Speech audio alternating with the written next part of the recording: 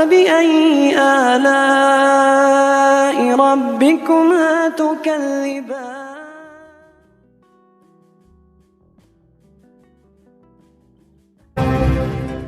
tentang kisah wanita yang paling sempurna yang pernah hidup di jagat raya. Siapa mereka? Kata Nabi sallallahu alaihi wasallam, "Kamula minar rijali kathirun wa lam yakmul minan nisa'i illa arba'ah." Kata Nabi sallallahu alaihi wasallam, laki-laki yang sempurna itu banyak, tetapi wanita yang sempurna itu sangat sedikit dan hanya ada 4 wanita. Kemudian Nabi SAW menyebutkan yang pertama adalah Asiyah imra'atu Fir'aun. Asiyah, istri daripada Fir'aun. Yang kedua wa Maryam bintu Imran, dan Maryam bintu Imran. Kemudian dalam riwayat wa Khadijah ibntu Khuwailid, Khadijah putra Khuwailid, dan yang keempat yang terakhir Fatimah bintu Rasulullah sallallahu alaihi wasallam. Inilah 4 wanita yang kita akan kisahkan supaya kita menambah pengetahuan bahwa wanita yang sempurna itu sangat sedikit. Yang pertama kita akan kisahkan Asiyah bintu Muzahim. Siapa Asiyah bintu Muzahim? Di dalam Al-Quranul Karim Allah subhanahu wa ta'ala mengisyaratkan tentang Asiyah bintu Muzahim. Bahkan Allah subhanahu wa ta'ala menjadikan percontohan kepada bukan hanya para wanita, bahkan seluruh manusia tentang kesabarannya, istiqomahnya di atas al-haq, bahkan sampai wafat husnul khotimah. Allah subhanahu wa ta'ala berfirman, wa daraballahu mathalan lilladzina amanu imra'ata fir'auna idh qalat rabbi ibnili indaka baitan fil jannah wa najjini min fir'auna wa amali wa najjini minal qaumidz zalimin. Dan Allah subhanahu wa ta'ala telah membuat permisalan khususnya bagi orang-orang yang beriman, istri daripada Fir'aun, ketika dia berdoa kepada Allah azza wa jal, ya Rabb, bangunkan untukku sebuah istana di sisimu di surga Allah azza wa jal, dan selamatkan aku dari Fir'aun serta perbuatannya, dan selamatkan aku juga dari perbuatan orang-orang zalim. Ma'asyiral muslimin yang dimuliakan Allah azza wa jalla, ada beberapa hadis yang menunjukkan keistimewaan dan keagungan wanita ini. Dalam sebuah hadis Buraidah yang dicantumkan di dalam kitabnya Fathul Qadir karya Imam Asy-Syaukani rahimahullahu taala, di mana dalam kitab itu disebutkan wa'adallahu nabiyahu sallallahu alaihi wasallam, Allah subhanahu wa ta'ala telah menjanjikan kepada nabinya sallallahu alaihi wasallam fi hadhihi an yuzawwijahu bisayyibi Asiyatu imra'ati Fir'aun wa bil biqri Maryam bintu Imran. Allah subhanahu wa ta'ala telah menjanjikan kepada nabinya kelak pada hari kiamat, maksudnya kelak di sorga, Rasul akan dinikahkan dengan seorang janda. Yang pertama, maksudnya janda di sini selain Khadijah adalah Asiyah, istri daripada Fir'aun, kelak akan menjadi istri Nabi sallallahu alaihi wasallam di sorga, dan dengan seorang perawan yang belum pernah menikah, dialah Maryam bintu Imran. Kita tahu bahwa ada doa selepas azan yang sering dibaca oleh setiap muslim. Allahumma rabba hadhihi da'wati tamah was salatil qa'imah ati Muhammadanil wasilata wal fadilah. Ketika para ulama memberikan catatan kepada kalimat al-wasilah wal fadilah, apa itu wasilah, apa itu fadilah? Waj'alhu maqaman mahmud, dan juga maqaman mahmud. Ulama mengatakan bahwa al-fadilah dan wasilah serta maqaman mahmud adalah tempat yang sangat istimewa di sorga. Sebuah maqam yang tidak diberikan kepada manusia sembarangan. Adapun maqaman mahmuda, tempat yang paling tinggi, tentu diperuntukkan untuk Nabi SAW. Lalu al-fadilah wal wasilah ini maqamnya siapa? Kata para ulama, adapun al-wasilah adalah maqamnya Asiyah bintu Muzahim. Adapun al-fadilah maqamnya Maryam bintu Imran. Sehingga lafaz doa azan di sini diajarkan oleh Nabi SAW, ati Muhammad, berikanlah kepada Muhammad itu sallallahu alaihi wasallam. Al-wasilah wal fadilah maksudnya diberikan kepada Muhammad tempat yang paling tinggi di sorga, yakni Asiyah bintu Muzahim.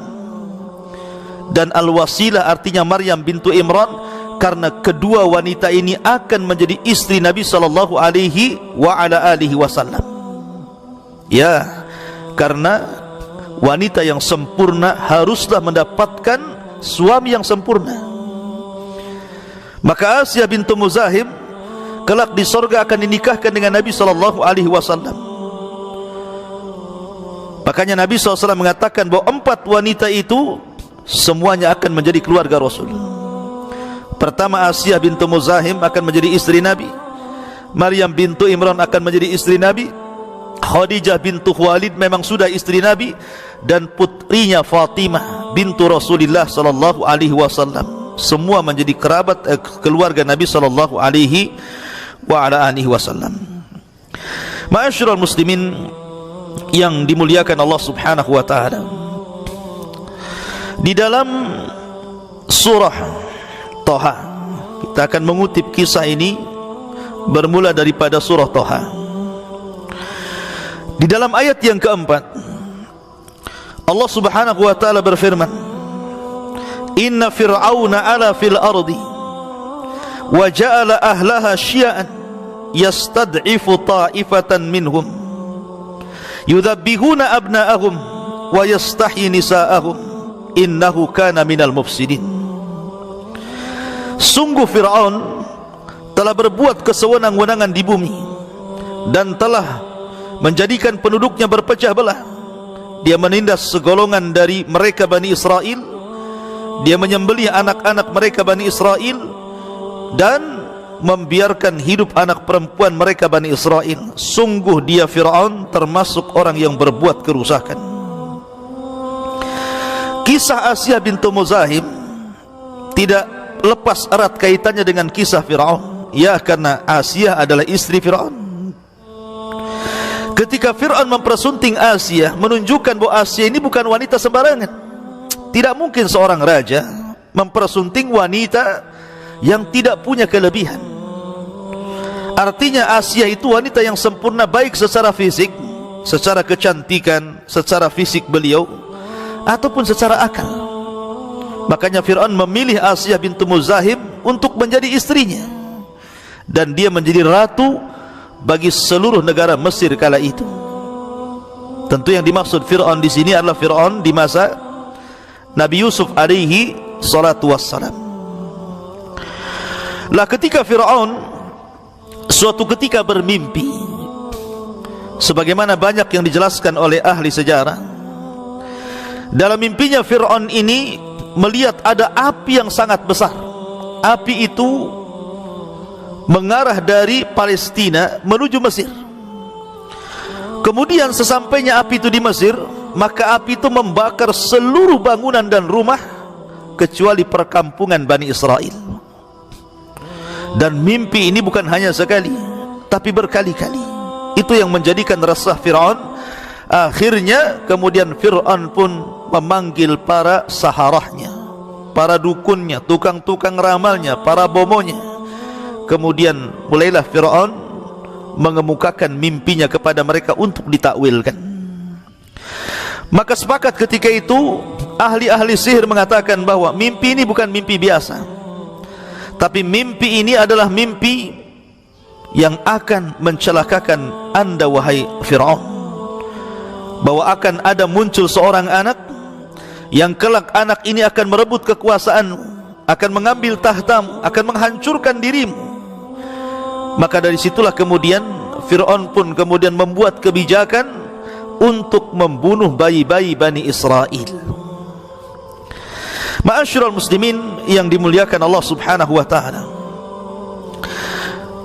di dalam Al-Qur'anul Karim masih dalam surah Thaha, ketika kemudian Fir'aun sudah mulai bengis membunuh anak-anak laki-laki dan membiarkan anak wanita, bahkan anak yang belum lahir sekalipun, itu oleh Fir'aun kemudian dikirim para utusan, para tentara untuk memperhatikan kehamilannya. Tidak boleh ada wanita hamil satupun kecuali harus diketahui sampai kelahirannya. Kalau memang dia bayi laki-laki langsung diambil kemudian dikubur hidup-hidup. Kalau dia bayi perempuan maka akan dibiarkan hidup. Lah ketika itu maka setiap hari terjadi pembantaian bayi-bayi Bani Israel sampai 1 tahun lamanya.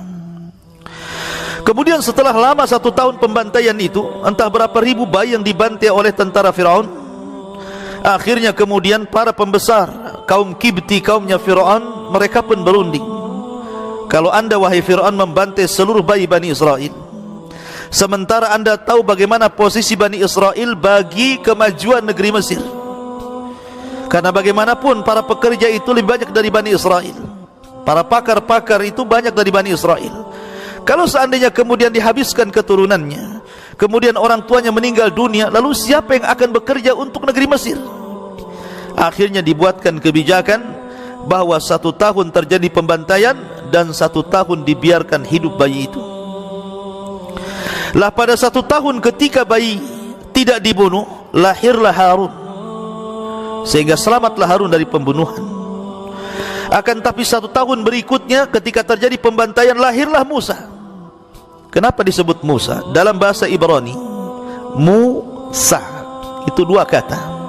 Mu itu air, sya itu syajarah, artinya kayu, pohon. Karena ketika kemudian Musa alaihi salatu wassalam kecil, diletakkan di tabut di sebuah kayu, kemudian dihanyutkan di air di lautan, maka kemudian dalam bahasa Ibrani diberi nama Musa, maka bayi itu disebut Musa. Lah ketika Musa alaihi salatu wassalam lahir, maka ibunya menyembunyikan kehamilannya sampai kelahirannya. Allah Subhanahu wa taala berfirman masih dalam surah Thaha, wa auhayna ila ummi Musa an ardi'i fa idza khifti alayhi fa alqihi fil yam wa la takhafi wa la tahzani inna raduhu ilaik wa ja'aluhu minal mursalin. Dan kami ilhamkan kepada ibunya Musa, susuilah Musa, dan apabila engkau khawatir terhadap Musa, maka hanyutkanlah dia ke sungai Nil, dan janganlah engkau takut, jangan pula engkau bersedih, sesungguhnya kami kelak akan mengembalikan Musa kepadamu, dan kelak dia akan menjadikan salah seorang rasul, utusan Allah Subhanahu wa ta'ala. Maka akhirnya kemudian ibunya Musa terus diilhami seperti itu. Akhirnya kemudian dia pun membuat tabut. Tabut itu kotak dari kayu, dan kelak tabut ini akan menjadi pusaka Bani Israel. Siapapun Bani Israel yang berperang dan membawa tabut, maka akan mengalami kemenangan. Makanya ketika kisah Talut dan Jalut, ketika Talut itu diangkat menjadi raja, maka Bani Israel tidak setuju, karena Talut bukan keturunan yang istimewa bagi mereka. Tetapi ketika kemudian Allah Subhanahu wa ta'ala merintahkan malaikat Jibril mengambil tabut bekas kotaknya Nabi Musa kecil dari Jalut, kemudian dipindahkan ke Talut, barulah Bani Israel percaya bahwa Talut pemimpin mereka. Jadi memang peti itu akan banyak kisah nanti dari peti ini, ya. Lah kemudian ketika ibunya Musa takut, akhirnya diletakkan di peti sambil kemudian diikat. Jadi kalau waktunya lapar ditariknya benang tambang itu kemudian disusui. Apabila sudah kenyang diletakkan lagi kemudian dihanyutkan, sampai akhirnya Allah subhanahu wa ta'ala takdirkan tambang itu putus. Akan tetapi kaidah Al-Quran, wa asa an takrahu syai'an wa huwa khairul lakum, terkadang apa yang anda anggap buruk rupanya kebaikan di hadapan Allah. Ada hikmah kenapa sampai hanyut. Lah ketika kemudian hanyut kotak itu, Allah subhanahu wa ta'ala berfirman, faltaqatahu alu fir'auna liyakuna lahum aduwan wa hazana inna fir'auna wa haman wa junudahuma kanu khatiin. Maka dia kemudian dipungut oleh keluarga Fir'aun agar kelak dia menjadi musuh dan kesedihan bagi Fir'aun dan para pengikutnya. Sungguh Fir'aun dan Haman serta bala tentaranya termasuk orang-orang yang bersalah. Ketika kemudian bayi itu ditemukan oleh keluarga Fir'aun, kemudian diserahkan kepada istrinya Fir'aun. Yang pertama kali membuka peti adalah Asiyah bintu Muzahim, istri Fir'aun.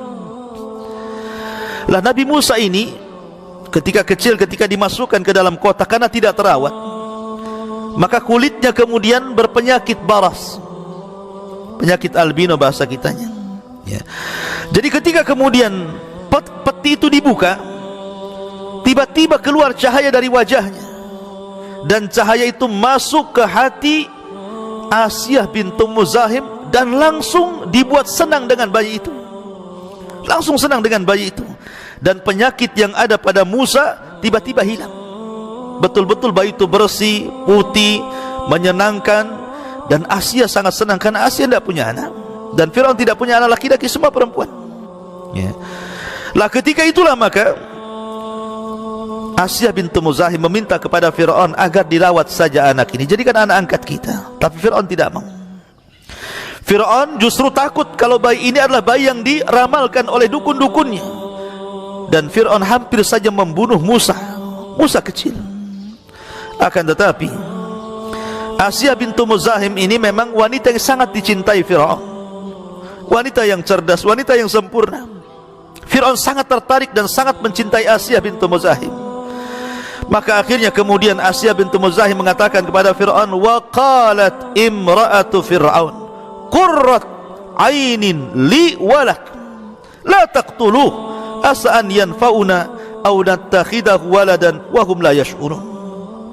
Maka istrinya Fir'aun berkata, dia maksudnya Musa kecil ini bisa menjadi penyejuk mata kita, bisa menjadi penyejuk mata bagiku dan bagi kamu. Ketika istrinya Fir'aun mengatakan bagiku dan bagimu, maka Fir'aun langsung mengatakan tidak, bahkan bagimu saja dan tidak bagiku. Subhanallah, ya. Bagaimana Fir'aun bisa mengatakan seperti itu? Ini hikmah Allah buat bicara Fir'aun seperti itu, karena memang Musa tidak akan menjadi qurratu ain bagi Fir'aun. Makanya kemudian merayulah istrinya Fir'aun dan mengatakan, la taqtuluh, janganlah kalian bunuh Musa, janganlah kalian bunuh anak kecil yang tidak bersalah ini.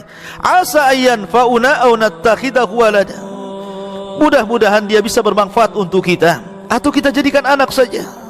Wahum la yash'urun, mereka tidak sadar bahwa bayi yang diramalkan itu adalah bayi ini. Ma'asyiral muslimin yang dimuliakan Allah subhanahu wa ta'ala. Maka ketika kemudian hanyut bayi itu, kemudian Ummi Musa mencari-cari, sehingga Allah mengatakan wa asbaha fuadu ummi Musa farigha, dan hati ibunya Musa menjadi kosong, menjadi kosong. Apa yang dilakukan seorang ibu ketika kehilangan anaknya? Tentu akan bersedih. Itulah yang dialami oleh Ummi Musa. Dia sedih dengan kehilangan Nabi Musa alaihi salatu wassalam.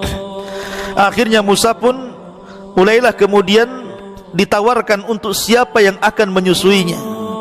Akan tetapi semua wanita di istana itu yang memiliki anak kecil yang masih menyusui, apabila kemudian Musa disusukan oleh wanita-wanita istana, tidak ada satupun wanita yang disentuh air susunya. Allah katakan wa harramna alaihil maradi'ah min qablu, dan kami cegah dia Musa menyusu kepada perempuan-perempuan yang mau menyusuinya. Musa tidak mau. Subhanallah. Maka Asiyah bintu Muzaim khawatir kalau anak ini tidak diasupi oleh air ASI, tentu akan sakit dan akan mengalami kematian. Maka dibuatlah sayembara dan mengatakan, faqalat hal adullukum ala ahli baitin yakfulunahu lakum wa hum lahu nasihun. Maka Asiyah bintu Muzahim mengatakan, maukah aku tunjukkan kepadamu keluarga yang akan memelihara untukmu dan mereka dapat berlaku baik kepadanya. Jadi ketika kemudian Asiyah bintu Muzahim ini membuat sayembara, siapa yang bisa menyusui anak angkatnya maka akan diberikan hadiah dan sekian dan sekian. Lalu Allah takdirkan saudara Musa kecil ini terus mencari-cari kabar tentang Musa sampai ke istana Firaun. Lah ketika itu dia memberikan saran dan mengatakan, hal adullukum ala ahli baitin, maukah aku tunjukkan kepadamu ada satu keluarga, boleh jadi Musa mau menyusui dia, Lah ketika itu ikhwatu fiddin yang dimuliakan Allah Azza wa Jalla, maka Asiyah minta memanggil siapa wanita itu, datangkan ke istana. Maka datangkanlah ibu Musa asli ke istana. Allah mengatakan, in kadat la tubdi bihi laula an rabatna ala qalbiha litakuna minal mu'minin. Sungguh hampir-hampir saja dia, ibunya Musa, menyatakan rahasia tentang Musa, mau mengatakan ini anakku, tapi tidak jadi. Makanya Allah mengatakan hampir-hampir saja ibunya Musa mengatakan rahasia tentang Musa. Seandainya tidak kami teguhkan hatinya, kata Allah, agar dia termasuk orang-orang yang beriman, tentu semua akan jadi kacau. Maka ibunya Musa hanya terdiam, hanya memandang anaknya. Akhirnya setelah diizinkan oleh Allah Subhanahu wa taala oleh Asiyah bintu Muzahim untuk disusui, maka kemudian ibu Musa pun membawa Musa ke rumahnya dalam waktu yang sudah ditentukan disusuinya. Dan ini misdak dari firman Allah Azza wa Jalla bahwa kelak Musa akan dikembalikan, inna raduhu ilaika wa ja'aluhu minal mursalin. Rupanya Allah betul-betul mengembalikan kepada ibunya Musa, ya. Maka setelah kemudian Musa pun sudah tidak menyusui lagi, sudah beranjak remaja, ya. Akhirnya kemudian Musa pun dikembalikan ke istana Firaun. Dan semakin sayanglah Asiyah bintu Muzahim kepada Musa, dididiklah Musa, diberikan pengetahuan yang banyak, disekolahkan, dimanja, dan begitu seterusnya, termasuk Firaun. Sampai-sampai ada satu kisah. Jadi ketika kemudian Nabi Musa alaihi salatu wassalam kecil itu dikembalikan ke rumahnya atau ke istana Firaun, kemudian ibunya Nabi Musa itu diberikan banyak hadiah yang luar biasa, disebutkan dalam sebuah hadis, ya. Jadi ketika kemudian anak masih kecil, masih kecil lah, berapa tahun usianya, digendong oleh Firaun. Ketika digendong oleh Firaun itu, fatanawala Musa lihyata Firaun, tiba-tiba Nabi Musa menangkap janggutnya Firaun. Janggutnya Firaun itu ditarik, nah, gitu kan, menunjukkan Firaun itu berjanggut, ikhwan. Tapi kalau dalam film-film Firaun pelontos, tidak ada janggutnya, kan gitu. Tidak paham cerita. Firaun itu ada janggutnya. Nanti pula yang berjanggut Firaun, kan itu. Masyarul muslimin yang dimuliakan Allah Azza wa Jalla. Jadi Musa itu menjambak janggutnya Firaun sampai akhirnya ditarik ke bawah, sampai mukanya persis kemudian nempel di tembok. Lo bayangkan kuatnya Musa, padahal masih kecil, digendong oleh Firaun, kemudian dijambak, kemudian ditarik ke bawah sampai mukanya nempel di tanah, bayangkan. Dan ini awal alamat kenabian. Musa mempunyai kekuatan, masih kecil, bayangkan, ya. Akhirnya Firaun marah, ya. Dia teringat dengan ilhamnya, dengan ramalannya para dukun, jangan-jangan dia yang akan menjadi penghalang kekuasaannya. Maka dia kemudian memanggil Zabbahin, tukang pancung. Dipanggilnya tukang pancung itu. Maka kemudian hampir-hampir kemudian Musa mau ditebas lehernya itu.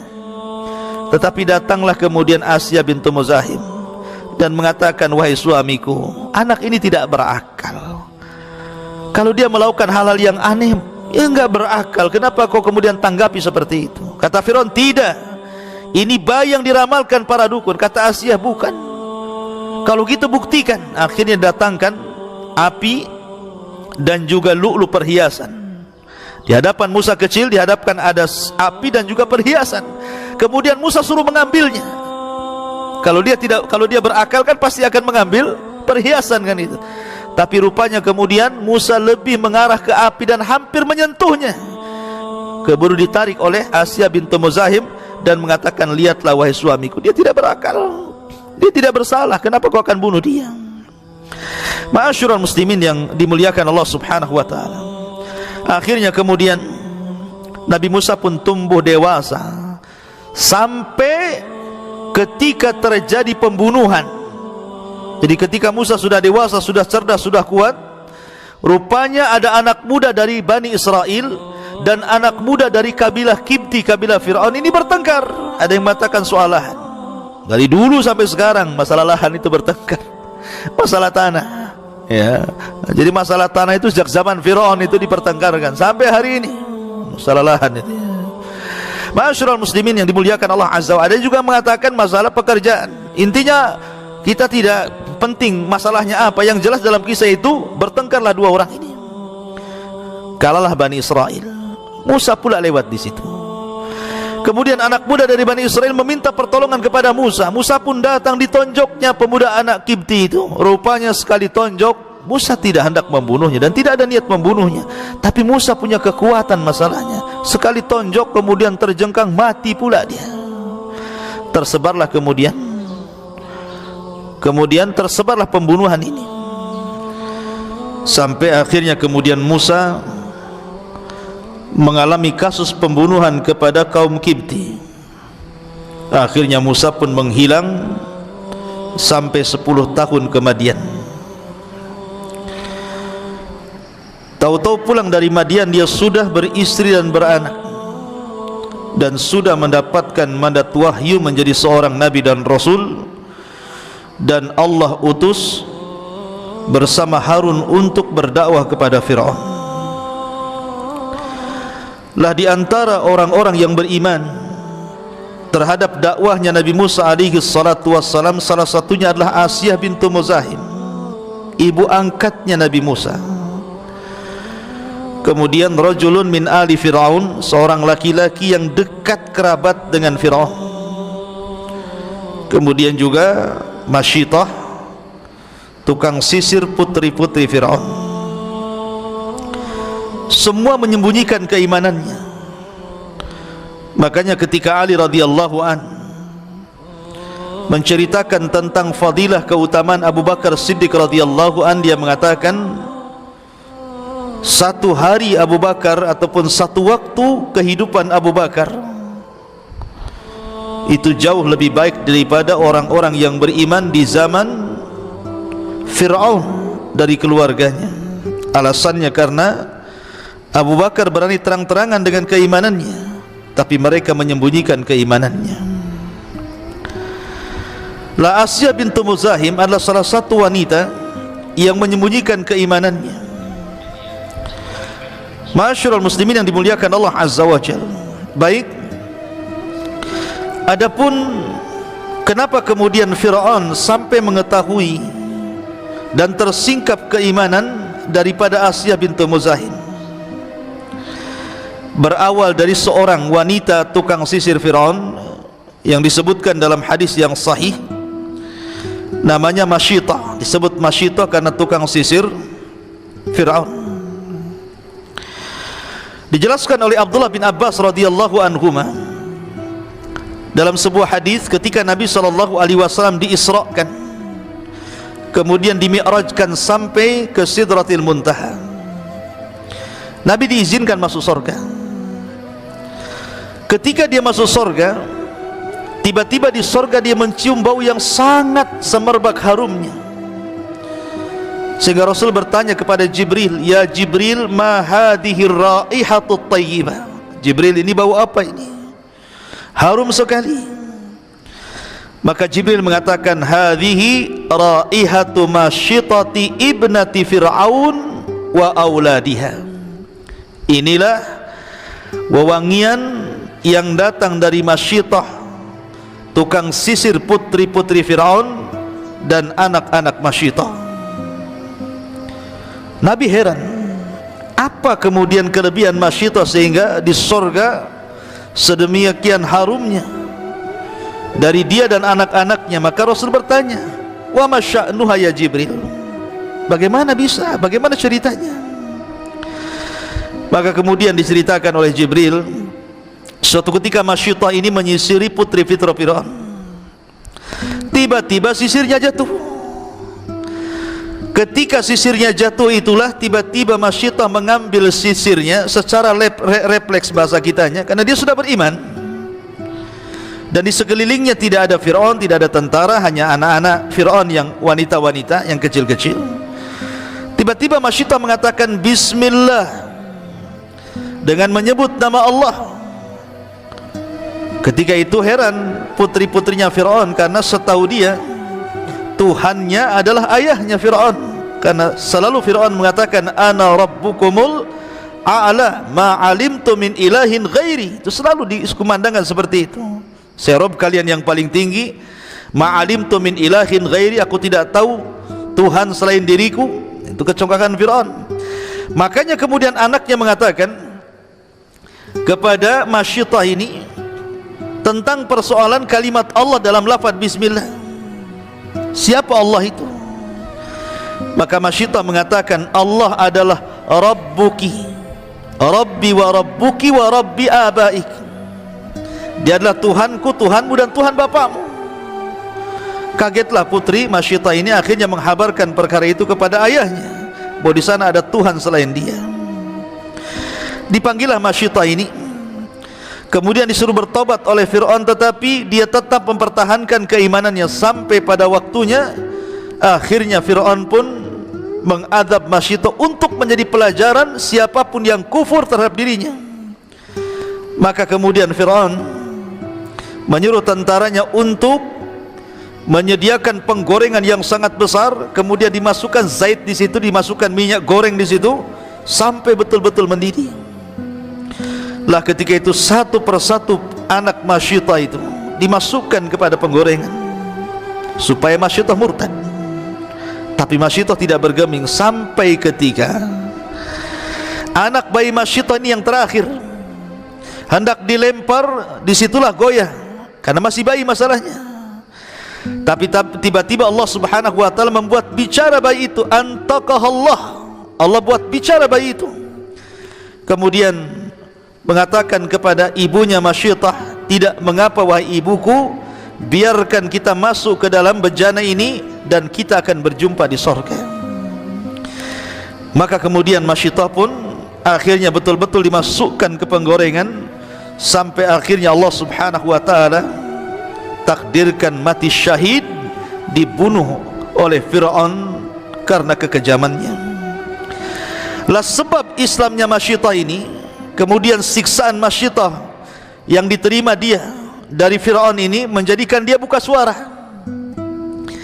membuka suara siapa-siapa yang beriman dari keluarganya. Salah satunya dia kemudian menceritakan tentang istri Fir'aun, Asiyah bintu Muzahim, karena ketika itu kematian Masyitah menyisakan keperitan hati Asiyah bintu Muzahim sampai dia marah pada suaminya. Lah ketika kemudian Fir'aun ini betul-betul mengetahui bahwa Asiyah bintu Muzahim ini beriman kepada Nabi Musa, marah dia, marah luar biasa ya. Apalagi ketika itu memang dakwah Nabi Musa alaihi salatu wassalam sudah berjalan, sudah banyak Bani Israel yang kemudian tertarik dengan dakwah Nabi Musa, dan Nabi Musa sudah memimpin Bani Israel. Ma'asyiral muslimin yang dimuliakan Allah Azza wa Jalla, sampai akhirnya ketika Fir'aun mengumpulkan para pembesar-pembesarnya, kemudian ketika itu mengatakan di hadapan Masyitah, di hadapan kaumnya, kemudian memberi pendapat tentang Masyitah. Apa kata Fir'aun? Bagaimana pendapat kalian tentang istriku Asiyah, Asiyah bintu Muzahim? Maka orang-orang pun kemudian fa'athnau 'alaiha, maka mereka pun memuji Asiyah bintu Muzahim. Oh, dia wanita baik, wanita yang agung, wanita yang mulia, macam-macam. Kemudian kata Fir'aun, akan tetapi innaha ta'budu rabban ghairi, tapi wanita ini, kata Fir'aun, telah menyembah Tuhan selainku. Mendengar kata-kata itu, maka para pembesar Mesir berbalik, yang tadinya memuji Asiyah bintu Muzahim, akhirnya mereka memfatwakan, idzan uqtulha, kalau gitu bunuh wanita itu, bunuh wanita itu. Akhirnya betul-betul wanita itu, maksudnya Asiyah bintu Muzahim, ditangkap kemudian diikat, dipaksa untuk mengakui keislamannya dan murtad dari keislamannya dan mengakui tentang ketuhanan Fir'aun. Tidak mungkin. Asiyah itu istri Fir'aun, tentu dia tahu gelagat suaminya, sifat-sifat watak-watak suaminya. Tidak mungkin dia Tuhan, kan begitu. Apalagi kemudian dengan melihat kenyataan Nabi Musa dengan mukjizat yang dihadapannya, semakin teguhlah keimanan Asiyah bintu Muzahim. Bayangkan, Asiyah bintu Muzahim ini orang nomor 2 loh di Mesir, orang nomor 2. Artinya bahwa dia ratu Mesir. Apapun yang dikehendaki dari segala kekayaan itu tinggal minta saja. Tempat enak, kasur empuk, makanan sedia, dayang-dayang siap melayani. Kurang apa hidup di istana Fir'aun? Karena dia orang nomor 2-nya. Akan tetapi keimanannya tidak bisa digoyangkan dengan dunianya. Ma'asyiral muslimin yang dimuliakan Allah Azza wa Jalla, itulah Masyitah. Betul-betul persis seperti Khadijah bintu Khuwailid yang beriman kepada Nabi SAW dan memperjuangkan dakwah Rasul. Maka Masyitah juga sama, beriman kepada Musa dan berusaha untuk memperjuangkan akidahnya. Akhirnya Masyitah pun diikat, dibawa ke tempat lapang, dijemur selama 3 hari supaya murtad dari agamanya. Subhanallah, di sini ada karamah.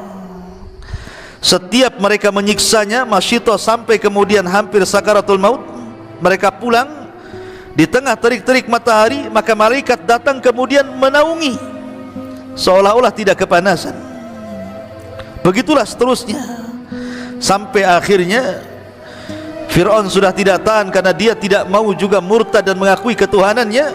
Akhirnya Fir'aun pun membunuhnya dengan cara melemparkan dari tempat yang tinggi.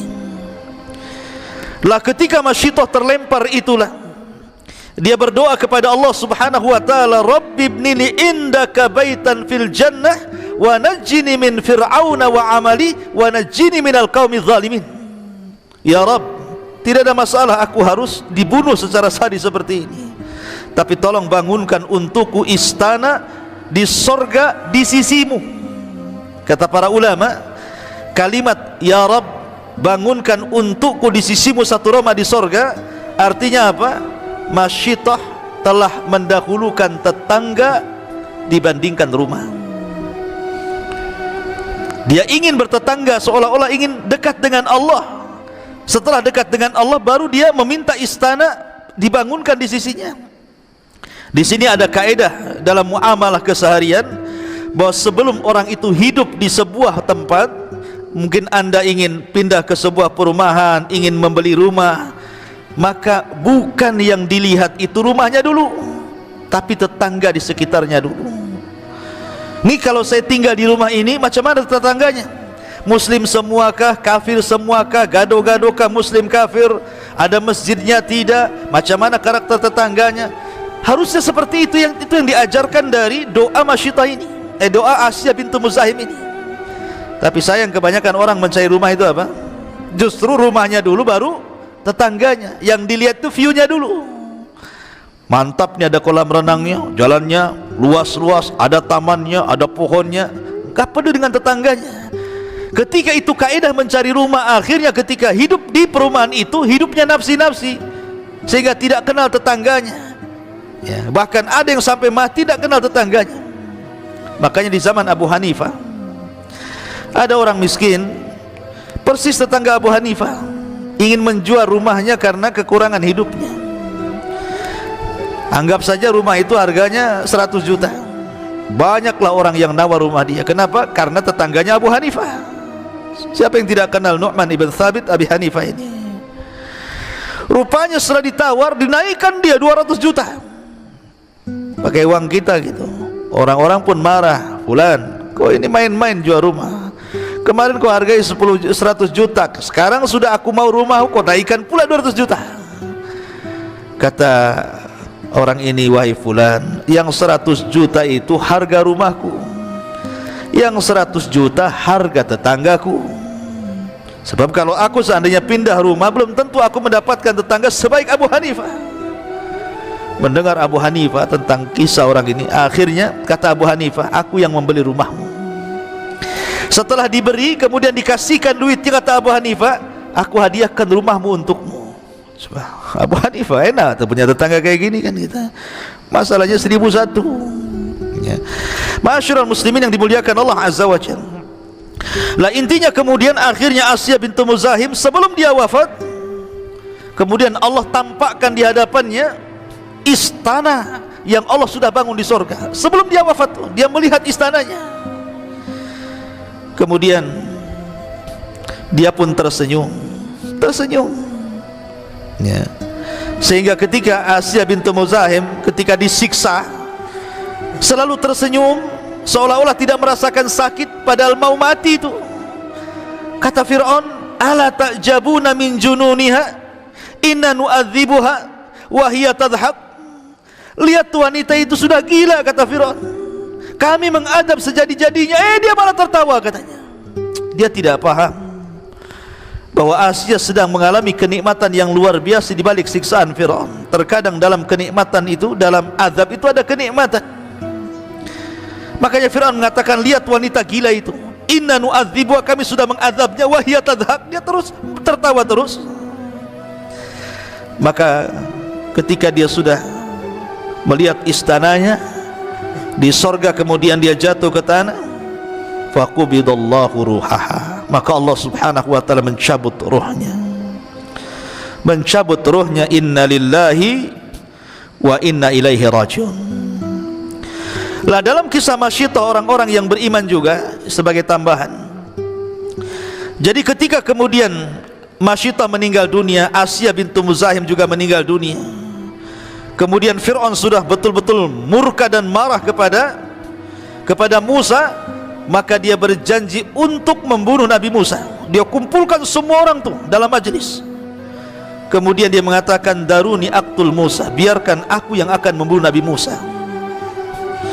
Tiba-tiba ketika Fir'aun memfatwakan akan membunuh Nabi Musa, tiba-tiba ada rajulun mu'min, seorang laki-laki yang beriman. Ada yang mengatakan dia adalah penasihatnya Fir'aun, ada yang mengatakan pamannya Fir'aun. Pokoknya orang ini sangat berpengaruh dalam kerajaan. Selama ini dia sembunyikan keimanannya, tetapi yang namanya kesabaran pasti ada limitnya.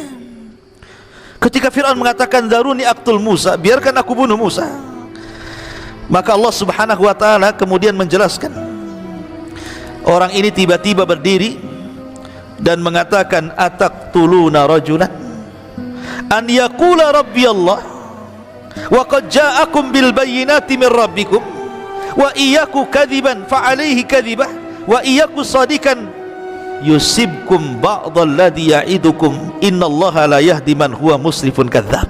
Tiba-tiba dia berdiri, hai Fir'aun, apakah engkau akan membunuh seorang laki-laki yang mengatakan Rob diriku adalah Allah, padahal telah datang kepada kalian bukti-bukti dari Rob kalian? Maksudnya 7 ayat yang disaksikan Fir'aun itu, mulai daripada cahaya yang timbul di tangan Nabi Musa, tongkat, kemudian kodok, kemudian belalang, kemudian kutu, macam-macam itu, 7 ayat itu ya.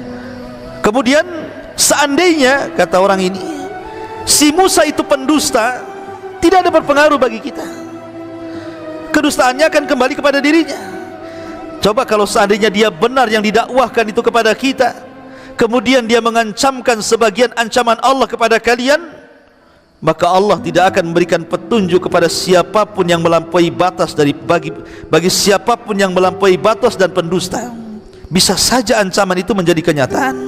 Subhanallah. Timbul keberaniannya di sini. Padahal dia selama ini menutupi keimanannya.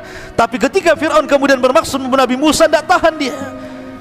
Tiba-tiba kemudian dia bangkit di dalam rapat dan mengatakan seperti itu. Kemudian dia mulai mengarah wajahnya ke audien yang hadir dalam rapat bersama Fir'aun itu. Mulailah dia menasihati manusia yang ada di situ. Ya qaumi, lakumul mulkul yaum zahirina fil ardi, faman yansuruna min ba'sillah in ja'ana. Wahai kaumku, pada hari ini kerajaan ada padamu dengan berkuasa di bumi, tetapi siapa yang akan menolong kita dari azab Allah Azza wa Jalla? Tiba-tiba Fir'aun bangkit dan mengatakan, qala fir'aunu ma urikum illa ma ara wa ma ahdikum illa sabila rasyad. Aku hanya mengemukakan kepadamu apa yang aku pandang baik, dan aku hanya menunjukkan kepadamu jalan yang benar. Seolah-olah Fir'aun mengatakan, tidak ada Tuhan selainku. Aku yang berhak memutuskan dalam rapat ini. Semua kebaikan aku yang arahkan, bukan kalian, bukan pula siapapun. Sombongnya Fir'aun. Maka kemudian dijawab lagi oleh seorang laki-laki yang beriman ini. Wa qala alladhi amana ya qaumi inni akhafu alaikum mithla yaumil ahzab. Dan orang yang beriman itu kemudian bangkit dan berkata, wahai kaumku, sesungguhnya aku khawatir kamu akan ditimpa bencana seperti hari kehancuran golongan-golongan yang bersekutu. Mithla da'bi qaumi Nuhin wa 'adin wa Thamud walladzina min ba'dihim wa mallahu yuridu dzulman lil ibad. Yakni seperti kebinasaan kaum Nuh, kaum 'Ad, kaum Thamud dan orang-orang yang datang setelah mereka, padahal Allah tidak menghendaki kezaliman terhadap hamba-hambanya. Kemudian dia pun terus menasihati, wa ya qaumi inni akhafu 'alaikum yaumat tanad. Wahai kaumku, sesungguhnya aku benar-benar khawatir terhadap kalian akan siksa di hari saling memanggil. Yauma tuwalluna mudbirin ma lakum minallahi min 'asim wa man yudlilillahu fama lahu min had. Yaitu pada hari ketika kamu berpaling ke belakang, tidak ada seorang pun yang mampu menyelamatkan kamu dari azab Allah, dan barang siapa dibiarkan sesat maka tidak ada yang memberikan petunjuk. Dan banyak lagi sampai kemudian beberapa kalimat memberikan wejangan kepada Fir'aun dan orang-orang. Dia tampakkan betul-betul keimanannya, kemudian dia ceramah di hadapan orang. Ketika itu Fir'aun sudah marah kepada orang ini dan hendak membunuhnya, tapi kemudian Allah Subhanahu wa ta'ala selamatkan dia. Dia berhasil lari dari istana, kemudian bergabung dengan Nabi Musa alaihi salatu wassalam. Akhirnya dia pun ikut rombongan hijrah Nabi Musa dari Mesir bersama Bani Israel menuju arah Palestina, dan Allah selamatkan keimanannya. Berbeda dengan kisah Masyitah, dia pun harus mati syahidah di tangan Fir'aun, dan juga istri yang sangat mulia dan salihah Asiyah bintu Muzahim, dia pun harus meninggal di tangan Fir'aun. Dan wanita Asiyah bintu Muzahim mati syahidah, wanita mati syahid, dan sudah dibangunkan satu istana di sorga dan kelak akan menjadi istri baginda sallallahu alaihi wa ala alihi wasallam. Wallahu alam. Ini yang bisa sampaikan. Subhanakallahumma bihamdika asyhadu an la ilaha illa anta astaghfiruka wa atubu ilaik. Allahu ta'ala. Assalamualaikum warahmatullahi wabarakatuh.